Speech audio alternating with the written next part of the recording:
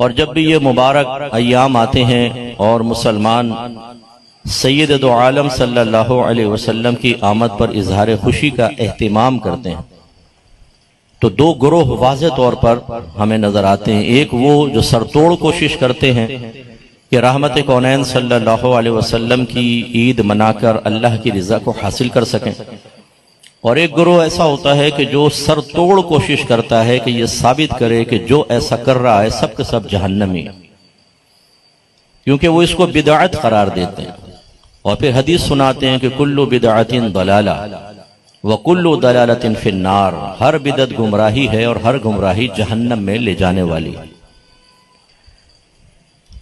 تو ہمارے نوجوانوں کو یہ بات سمجھنی چاہیے کہ پہلی بات تو یہ کہ عید میلاد النبی ہم کیوں مناتے ہیں۔ مختصر سا میں اس پہ تھوڑا سا آپ کو عرض کرتا ہوں۔ ہم اس لیے مناتے ہیں کہ اس کے دلائل ہمارے پاس موجود ہیں کہ یہ منانی چاہیے، اور یہ ذہن میں رکھیں کہ جب کسی چیز کے دلائل قرآن و حدیث میں موجود ہوں تو یہ ضروری نہیں کہ ان دلائل کے موافق نبی کریم صلی اللہ علیہ وسلم نے بھی یا صحابہ نے وہ عمل کیا ہو یا اس کی ترغیب دی ہو یا حکم دیا ہو۔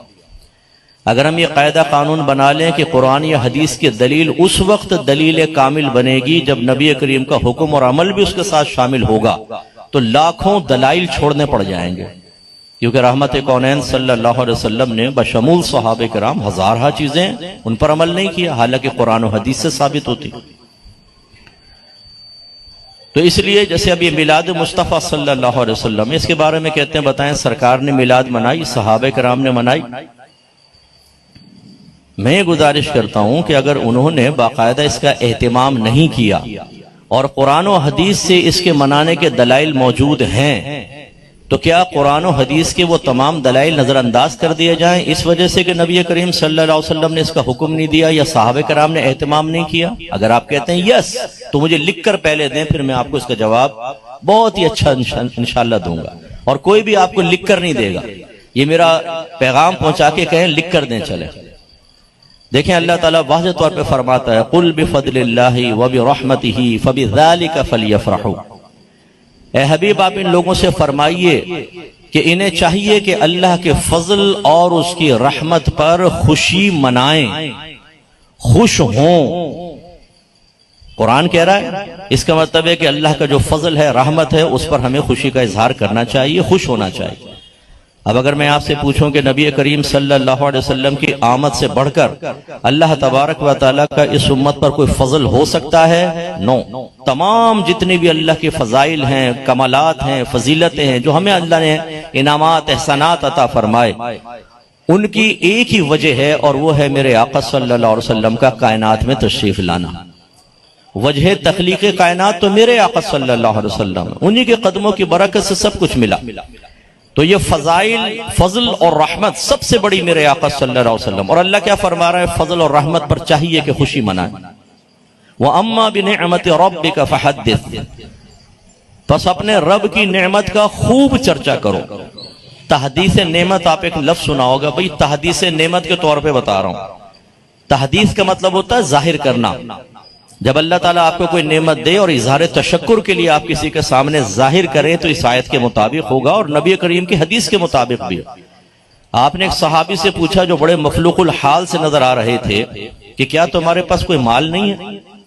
انہوں نے عرض کیا رسول اللہ ہر طرح کا مال ہے، الحمدللہ، مویشی ہیں، باغات ہیں، دناہم ہیں، دنانیر ہیں۔ تو رحمت کونین صلی اللہ علیہ وسلم نے ارشاد فرمایا تو پھر اللہ کی نعمت کا اثر تم پر ظاہر ہونا چاہیے، اسے کہتے ہیں تحدیث نعمت۔ لیکن دوسری روایت میں ایک کو کسی کو تنبیہ کرتے ہوئے سرکار نے فرمایا تم جو مرضی کھاؤ، جو مرضی پہنو، لیکن اس میں دو چیزیں نہ ہوں، ایک اسراف اور دوسرا تکبر۔ اس کا مطلب ان صحابی کو سرکار فرما رہے ایک تو فضول خرچی نہ کرنا، اسراف نہ ہو، تکبر نہ ہو، یہ ہٹا کر پھر اللہ کی نعمت کا اثر تم پر ظاہر ہونا چاہیے۔ تو جب اللہ نے فرمایا کہ اللہ کی نعمت کا خوب چرچا کرو تو میں آپ سے پوچھتا ہوں کہ نبی کریم کی آمد سے بڑھ کر کوئی نعمت ہو سکتی ہے؟ تو اس نعمت کا خوب چرچا کرو۔ اب چرچا کرنے کا طریقہ کیا ہے؟ ایک تو یہ کہ نعمت کو اپناؤ، ظاہر کرو۔ آپ کے پاس پیسہ ہے، آپ اچھا مکان لے لیتے ہیں، اچھا لباس پہنتے ہیں، اچھی گاڑی رکھتے ہیں، آپ لوگوں کی دعوت کرتے ہیں، آپ عمرہ کرتے ہیں، حج کرتے ہیں اس پیسے سے، یعنی بخل نہیں کرتے، اس کو ظاہر کرتے ہیں، اور اس میں اسراف تکبر نہیں ہوتا، یہ تحدیث نعمت ہے۔ ایک ہوتا ہے زبان سے ذکر کرنا کہ الحمدللہ اللہ نے مجھے یہ نعمت عطا فرمائی۔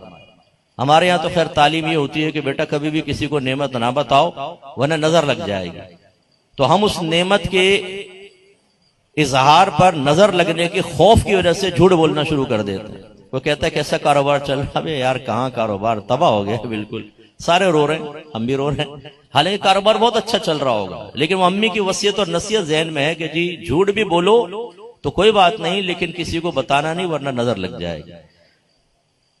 تو یہ چیز صحیح نہیں ہوتی، جھوٹ نہ بولے، ہاں نظر لگنا حق ہے، اگر آپ زومانی الفاظ میں بیان کر کے بس یار اللہ کا بڑا شکر ہے، دعا کرو، آج کل تو ہر ایک پریشان ہے، بس ایسا آپ نے اتنا کہہ کے خاموش ہو گئے، یہ نہیں بتایا کہ کتنا اچھا کاروبار چل رہا ہے، اس کی گنجائش ہو سکتی۔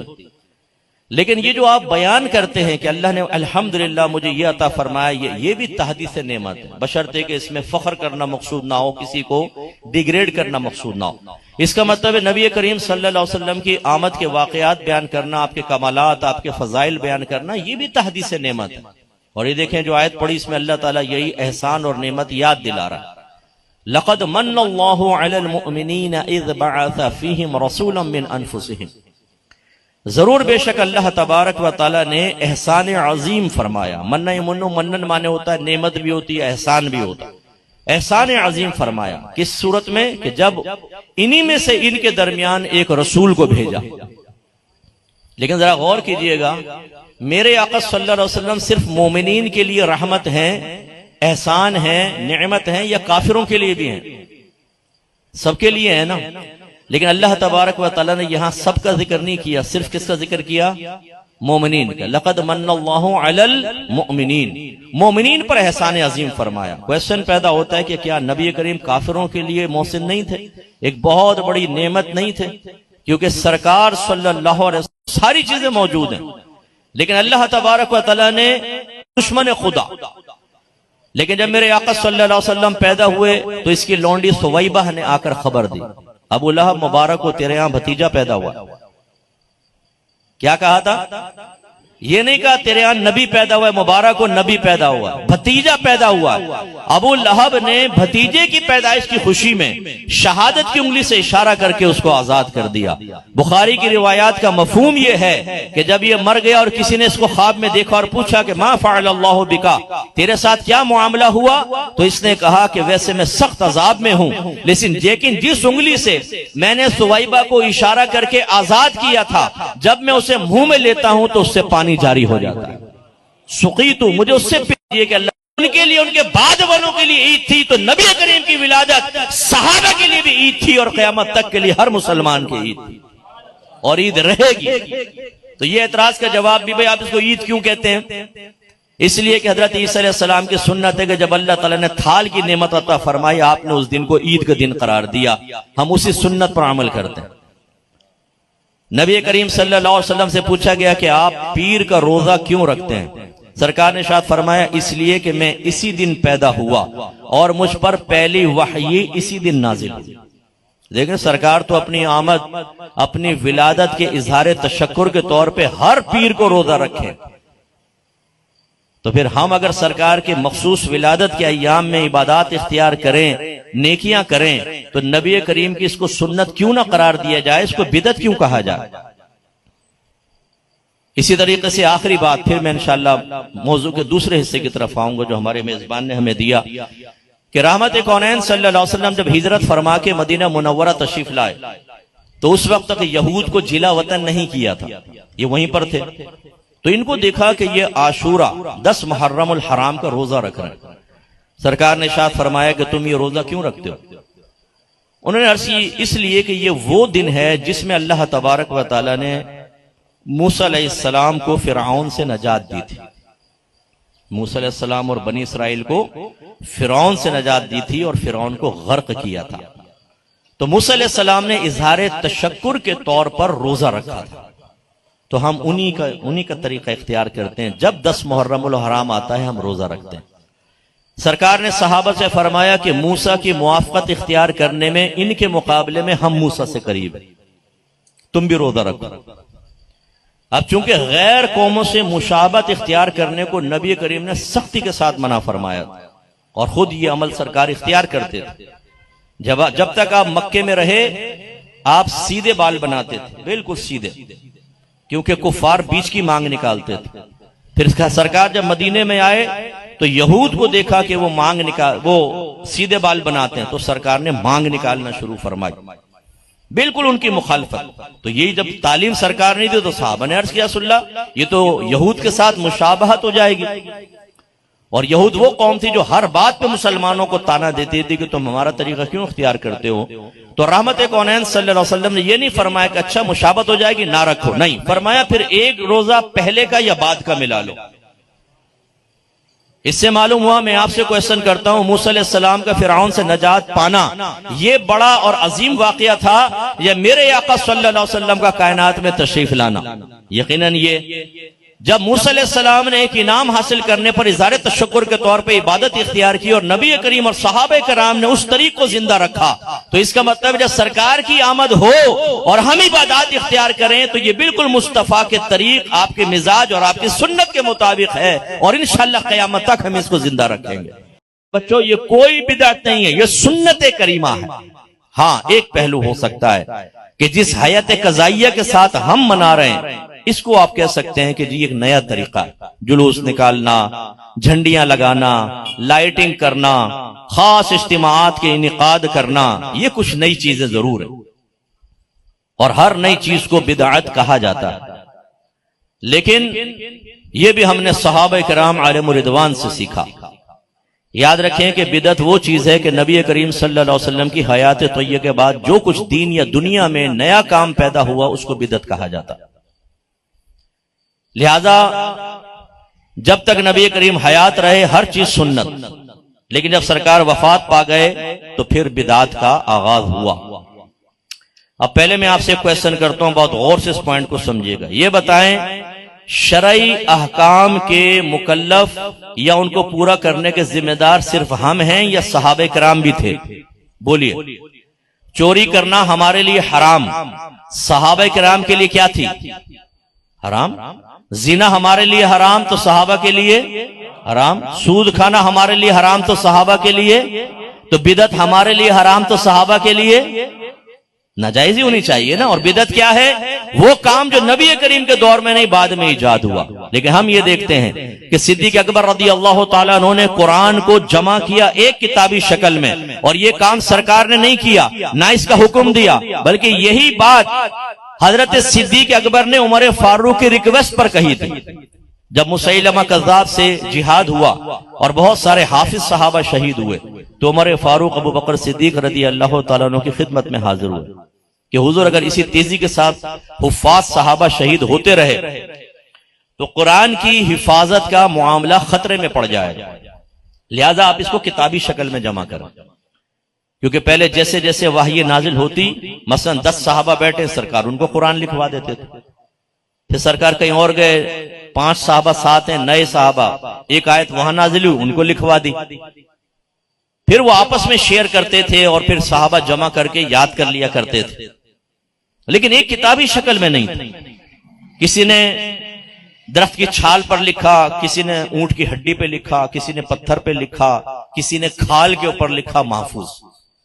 اب جب عمر فاروق رضی اللہ تعالیٰ نے ریکویسٹ کی، صدیق اکبر نے یہی جملہ کہا، اے عمر جو کام اللہ کے نبی نے نہیں کیا میں کیسے کر سکتا ہوں؟ یہی اشارہ کرتا ہے کہ صحابہ کے دور میں بھی نیا کام بدعت ضرور تھا، اسی لیے حضرت صدیق اکبر نے ارشاد فرمایا میں وہ کام کیسے کر سکتا ہوں جو اللہ کے نبی نے کیا۔ لیکن جب عمر فاروق رضی اللہ تعالیٰ عنہ کا اصرار ہوا تو صدیق اکبر اس پر راضی ہو گئے اور قرآن جمع کیا، لہذا اس سے نتیجہ نکلا کہ وہ بدعت ضرور تھا لیکن بری بدعت نہیں بلکہ ایک اچھی بدعت تھی، کیونکہ اس میں دین کا فائدہ تھا۔ پھر عمر فاروق رضی اللہ تعالیٰ عنہ نے تراویح کی جماعت باقاعدہ قائم فرمائی، ورنہ سب علیحدہ علیحدہ پڑھتے تھے۔ ایک دفعہ آپ مسجد میں گئے، کوئی یہاں تراویح پڑھ رہا ہے، کوئی وہاں پڑھ رہا ہے، کوئی وہاں پڑھ رہا ہے، کہیں ایک امام بن گیا ہے، 2-4 آدمی اس کے پیچھے پڑھ رہے ہیں، تو آپ نے فرمایا میں چاہتا ہوں کہ سب لوگوں کو ایک امام کے پیچھے مجتمع کر دوں۔ لہذا آپ نے حکم فرمایا، تراویح جماعت سے سٹارٹ ہوئی، آپ دیر سے پہنچے، جب آپ نے اس کو دیکھا تو فرمایا نعمت البدعۃ ھذہ، یہ کیا ہی اچھی بدعت ہے۔ بدعت کو فرما رہے ہیں کیا ہی اچھی ہے، اس کا مطلب ہر بدعت بری نہیں ہوتی۔ اسی طرح نبی کریم صلی اللہ علیہ وسلم نے فرمایا کہ اللہ کی بندیوں کو مسجد میں آنے سے مت روکو۔ عورتوں پر واجب تھا جماعت سے نماز پڑھنا، وہ آتی تھیں سرکار کے دور میں، صدیق اکبر کے زمانے میں، لیکن عمر فاروق رضی اللہ تعالیٰ عنہ نے عورتوں کو روک دیا، اب تم نہیں آؤ۔ یہ نیا کام تھا کہ نہیں تھا؟ جس کام کو نبی کر رہے ہیں اس کام کو منع کر دیا نہیں کر دیا؟ یہ بدعت تھی، یہ نیا کام تھا۔ عورتیں گئیں، سیدہ عائشہ صدیقہ عالمہ طیبہ طاہرہ مجتہدہ مفتیہ کے پاس، ہماری والدہ بہت صاحبہ علم تھی، اور ان سے جا کر کہا کہ دیکھیں یہ عمر فاروق نے ہمیں مسجدوں میں آنے سے روک دیا۔ میری والدہ نے فرمایا اگر میرے سرکار میرے سرتاج آج دنیا میں ظاہری طور پہ جلوہ افروز ہوتے، اور جس طرح عورتیں زینت کر کے گھر سے باہر نکل رہی ہیں آپ ملاحظہ کر لیتے تو آپ بھی عورتوں کو مسجد میں آنے سے روک دیتے۔ گویا کہ آپ نے فرمایا بظاہر یہ نبی کریم کی قول کی تمہیں مخالفت نظر آ رہی ہے، لیکن حقیقتاً مزاج رسول کی موافقت ہے۔ میرے نبی ہوتے تو یہی کرتے، اس کا مطلب ہے ہر نیا کام برا نہیں ہوتا۔ جمعے کی کتنی اذانیں ہوتی ہیں بولے؟ نبی کریم کے دور میں کتنی تھی؟ ایک۔ صدیق اکبر کے دور میں ایک، عمر فاروق کے دور میں صرف ایک۔ کون سی؟ جو خطبے سے تھوڑی دیر پہلے ہوتی، بس ایک اذان۔ اذا نودی للصلاۃ من یوم الجمعۃ فاسعوا الی ذکر اللہ وذروا البیع، جب اذان دی جائے، جمعے کی اذان دی جائے تو تمام معاملات چھوڑ دو، بے وغیرہ چھوڑ دو، اور سعی الی الجمعہ کرو، فوراً جمعے کی طرف آؤ۔ جب عثمان غنی کا دور آیا تو مدینہ پھیل گیا اور بازار مدینے سے باہر چلا گیا۔ بعض اوقات اذان کی آواز صحیح نہ پہنچتی، یا پہنچتی تو لوگ جب تیاری کر آتے تو دیر ہو جایا کرتی۔ تو زاورا کا ایک مقام تھا مدینے کے باہر، جہاں عثمان غنی نے ایک مؤذن مقرر کیا کہ پہلی ایک اذان دی جائے تاکہ لوگ ہوشیار ہو کر آئیں، پھر دوسری اذان کے فوراً بعد خطبہ اور جمعہ ہو جائے، دیر سے نہ پہنچے۔ آج دیکھیں یہ پہلی اذان ہر جگہ دی جا رہی ہے، یہ صحابہ کرام کا طریقہ۔ اس کا مطلب ہے کہ جب یہ کہا جاتا ہے کلو بدعت ضلالہ و کلو ضلالۃ فی النار، ہر بدعت گمراہی ہے، ہر گمراہی جہنم میں لے جانے والی ہے، اس سے مراد وہ بدعت ہے جو قرآن و حدیث کے خلاف، جس کو بدعت سیئہ کہتے ہیں۔ اور اگر کوئی ایسا نیا کام ایجاد کرے جس سے دین کو تقویت ملے، محبت رسول میں اضافہ ہو، ثواب میں اضافہ ہو، لوگ دین کے قریب آئیں، دین کی ترغیب حاصل ہو، اور وہ سرکار کے دور میں نہیں تھا، بدعت یہ بھی ہے لیکن اس کو بدعت حسنہ کہا جائے گا۔ بدعت سیئہ پر عامل جہنم میں جائے گا، اور بدعت حسنہ پر عمل کرنے والا انشاءاللہ درجات کی بلندی پائے گا، اللہ راضی ہوا تو جنت میں بھی جائے گا۔ اب ہم آپ کو عرض کرتے ہیں، اور یہ ذہن میں رکھ لیجئے گا کہ آج کے دور میں کوئی بھی بدعت سے محفوظ نہیں۔ جو یہ مشین گن لے کے بیٹھا ہوا ہے، کافر مشرک بدعتی، کافر مشرک بدعتی، دائرہ ادب میں رہ کر بالکل آپ اس سے یہ والے کوشچن کر لیجئے گا۔ گنبد اور مینار پہلے مسجدوں میں نہیں تھا، چار سرکار کے نہ دور میں نہ چاروں خلفاء کے دور میں، یہ بعد کی ایجاد ہے۔ مسجدیں خالی ہوا کرتی تھی، گنبد اور مینار نہیں تھے۔ بعد میں فقہاء نے کہا کہ بھئی جو مسافر آتے ہیں انہیں پتہ ہی نہیں چلتا کہ گھر کون سا اور مسجد کون سی جب تک اذان نہ ہو، تو کوئی ایک علامت ہونی چاہیے کہ دور سے دیکھ کے جان جائے کہ یہ مسجد ہے، تو گنبد اور مینار بننا شروع ہوئے۔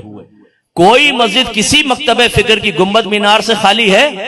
جا کے پوچھتے کیوں نہیں کہ یہ گنبد اور مینار تو نہ اللہ کے نبی نے بنائے، نہ اس کا حکم دیا، نہ صحابہ نے بنائے، نہ حکم دیا، آپ یہ بدعت کیوں کر رہے ہیں؟ اور اس بدعت کا تعلق عین دین سے ہے، کوئی دنیا سے بھی نہیں ہے۔ تو ہم میلاد بنا کے جہنمی ہو جائیں اور آپ گنبد اور مینار بنا کے قطعی جنتی ہو جائیں، وجہ فرق ہمیں بتا دو، وجہ فرق بتائیے۔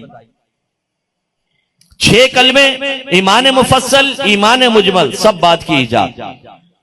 قرآن پاک کو کتابی شکل میں بعد میں، اور اس کے اعراب، وقف کے نشانات، آیات کے نشانات سب بعد میں۔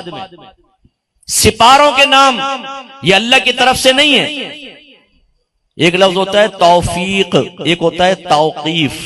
توفیق کا مطلب ہوتا ہے اسباب خیر کو کسی کی طرف متوجہ کر دینا۔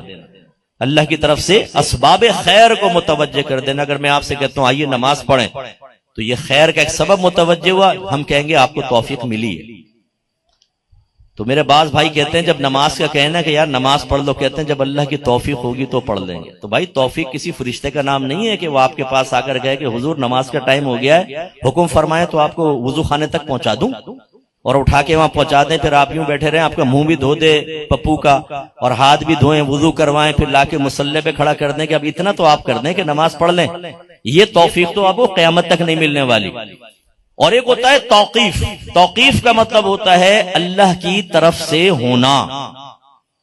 صورتوں کے نام سب توقیفی ہیں اللہ کی طرف سے, لیکن سپاروں کی تقسیم اور سپاروں کے نام یہ انسانوں کا کمال ہے, اللہ تبارک و تعالیٰ کی طرف سے نہیں ہے. اعلی حضرت سے جب پوچھا گیا کہ 30 سپاروں کی تقسیم قرآن میں کس نے کی اور کس نے اس کا نام رکھا, اور کہتے ہیں ہم یہ دیکھتے ہیں کہ پوری سورت ختم ہو رہی ہوتی ہے, صرف ایک لائن اس کی رہ جاتی ہے, وہ اگلے سپارے میں ڈال دی, اس سے پہلے نہیں. یہ تقسیم کس نے کی؟ فرمایا کسی نامعلوم شخص کا کارنامہ ہے. فتاوی رضوی میں اٹھا کے پڑھ, یہ تقسیم کسی نے کی. آج جس بھی مکتب فکر سے قرآن چھپ رہا ہے, کسی بھی پرنٹنگ پریس سے دیکھ لیں 30 سپاروں کے اندر ہی چھپ رہا. یہ بدعت کس نے ایجاد کی؟ کیوں چل رہی ہے بدعت؟ مسجدوں کے اندر جماعت کے اوقات مخصوص ہیں کہ نہیں؟ فجر اتنے بجے, ظہر, عصر, مغرب, عشاء, عید, جمعہ. کبھی ایسا دیکھا ہے کہ کبھی 1:30 بجے ہو گئی, کبھی 2:30 بجے ہو گئی مثلا ظہر, کبھی 3:30, کبھی ایک دم 12:15 کر کے دیکھیں ذرا, لوگ ماریں گے پکڑ کے. تو ہر مسجد میں جماعت کے اوقات مخصوص کر دیے گئے. پوچھیں کس نے کیے تھے؟ اللہ کے نبی نے, صحابہ کرام نے؟ نہیں. تو تم نے یہ بدعت کیوں ایجاد کی؟ جواب ہوگا یار لوگوں کی سہولت اور آسانی کے لیے, آگے پیچھے کر دیں گے بیچارے لوگ, کوئی جماعت میں پہنچ پائے گا, کوئی نہیں پہنچ پائے گا, اس لیے. اس کا مطلب ہے کہ آپ کی عقل نے کام کیا تو ایک عقلی دلیل پر کہ لوگوں کے لیے آسانی ہو جائے گی, نہ قرآن کی دلیل نہ حدیث کی دلیل, ایک عقلی دلیل پر نماز کے اوقات آپ طے کر لیں, جماعت کے اوقات, یہ بدعت نہ ہو, عین سنت کے موافق ہو جائے اور آپ کے لیے باعث نجات بھی بن جائے. اور میلاد مصطفیٰ کے لیے اگر ہم 10 دن مقرر کر لیں, 12 دن مقرر کر لیں تو یہ بدعت ہو جائے اور یہ تخصیص کرنا ہمارے لیے قابل گرفت ہو جائے. وجہ فرق بتائیے. آپ نے سنا ہے بعض لوگ کہتے ہیں مفتی اعظم پاکستان فلاں.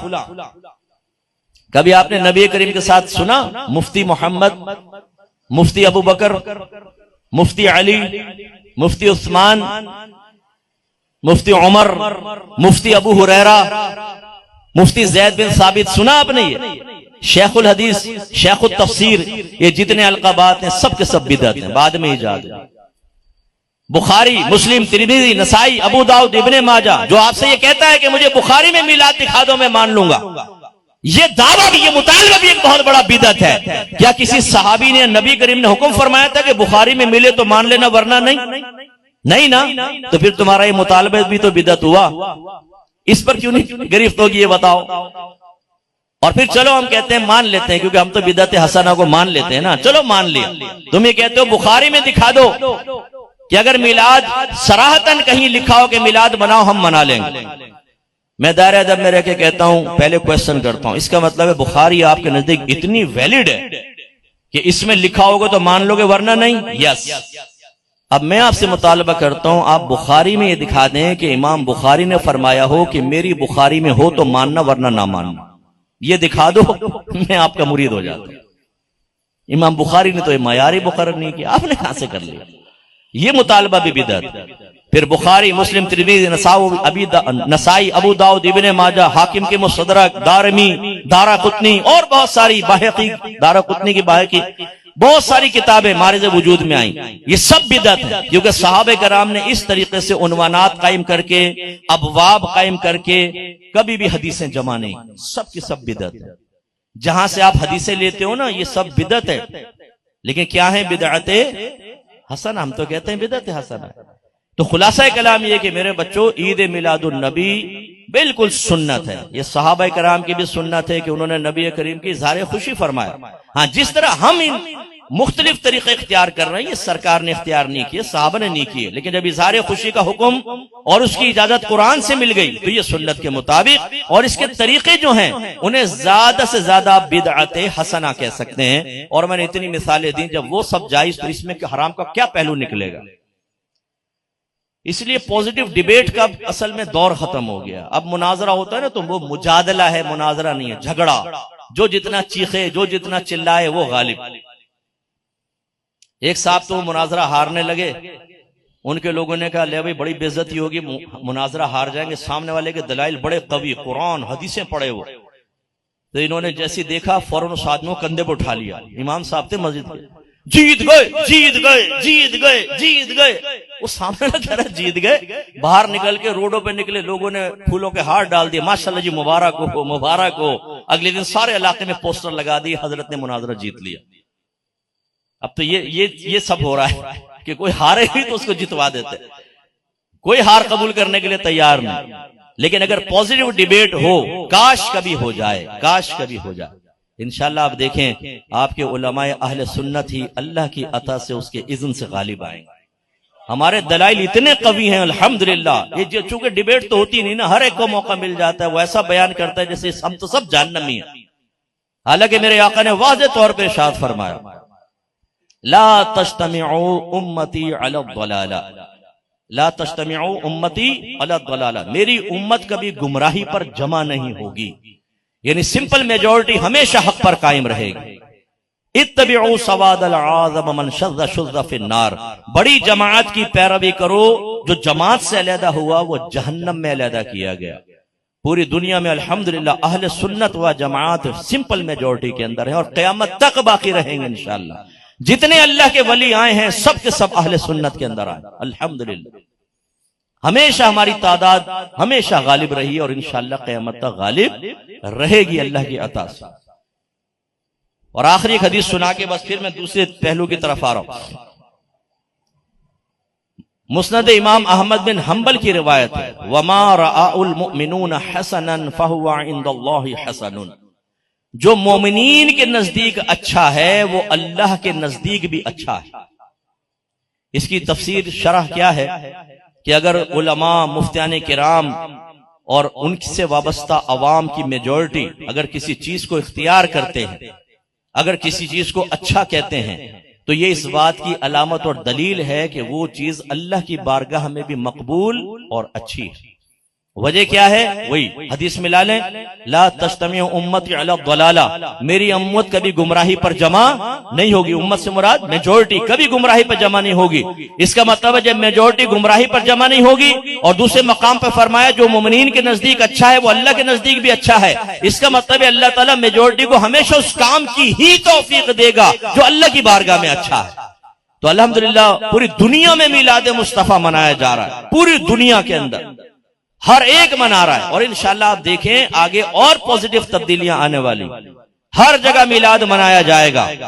اور اب یہ واضح ہو جائے گا کہ میجورٹی مسلمانوں کی اس کو منا رہی ہے، تو جو مومنین کے نزدیک اچھا وہ اللہ کے نزدیک بھی اچھا ہے. تو جو اس کی مخالفت کرے وہ اللہ کے نزدیک اچھے کی مخالفت کرتا ہے. تو پھر بتائیں میلاد منانے والا قابل گرفت ہوگا کہ مخالفت کرنے والا قابل گرفت ہوگا؟